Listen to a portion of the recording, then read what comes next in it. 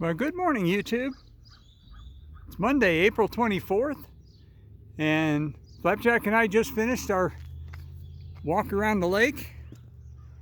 And so I thought I'd talk a little bit more about some of the things that I meant to say in the video yesterday when we were talking about the van, and maybe things that I would do to this van if I ever decide to put money into it. You know, this is a 32-year-old van, and anytime you think about anything major, you kind of wonder if it's worth your while to put the money into it. So, a couple things I will talk about. Number one is, I mentioned in the other video, I kept talking about four-wheel drive overlanding rigs and stuff. And I'm going to get back around here again. Now, this van is not four-wheel drive. It's just a two-wheel drive. I've had four-wheel drives over the years. I believe in four-wheel drive, but I'm kind of satisfied with this one the way it is, and I'll tell you why.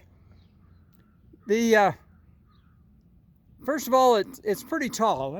If I get back here a little bit further, you can kind of see how tall this thing really is.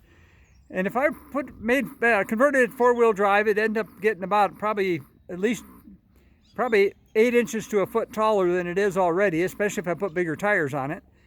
And I don't really want to do that. It's tall enough the way it is. I don't want it to be unstable. The other thing, if you put it in four-wheel drive, it's going to affect the mileage. And this doesn't get very good mileage to start with. So I don't want to do anything that's going to make that any worse. Get back and try to stay out of the glare from the morning sun. I don't want to do anything that's going to affect this. This gets 12 or 13 miles a gallon on the highway, and if I lost 2 or 3 miles a gallon, that'd be down below 10 miles a gallon. That would really add up after a while. What I would like to do to it, though, is I would like to replace that rear differential with a locker. And I looked into that, and one of the problems is that this thing has what's called a Dana 3300 rear end in it, and it's kind of a light-duty 3/4 ton rear end, and nobody makes a locker for it. So if I'm going to convert this to a locker, I'm going to have to put a Dana 60 in it, which is readily available through wrecking yards and all this kind of stuff, but it would be a bunch of project, and it'd cost some money to do that. And I'd have to source the differential to start with, and then I'd have to have the locker installed, and you're probably talking $1,200 to do all that. And once again, I'm not sure I want to put that kind of money into it. The other thing that's really starting to show up now is the paint job. If you notice up there above the rear wheel, you can see where the clear coat's going bad. It's doing the same thing on the other side. The hood was real bad. I actually did a rattle can paint job on the hood, and it kind of doesn't look too bad. A little bit of Rust-Oleum. And but this is bad enough now that it's kind of bugging me, and I kind of think I need to do something with it. But you know, paint jobs are extremely expensive, especially a good quality paint job.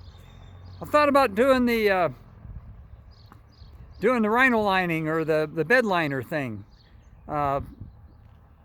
and thought about having that done as well. And unfortunately, have that done in the shop and done professionally that would cost probably a neighborhood of $5 grand. And $5 grand is about what this rig's worth now, and I don't think anything I would do to it's going to make it worth anything more.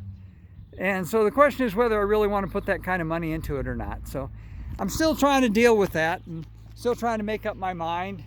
Other than that, it's not in too bad a shape. The motor uses a little bit too much oil. I think it sat too long, and it's got blow-by, and the blow-by pushes the oil out through the seals, which is, before I talked about parking it in the dirt, trying to keep it from oil spot in my driveway, and that's why.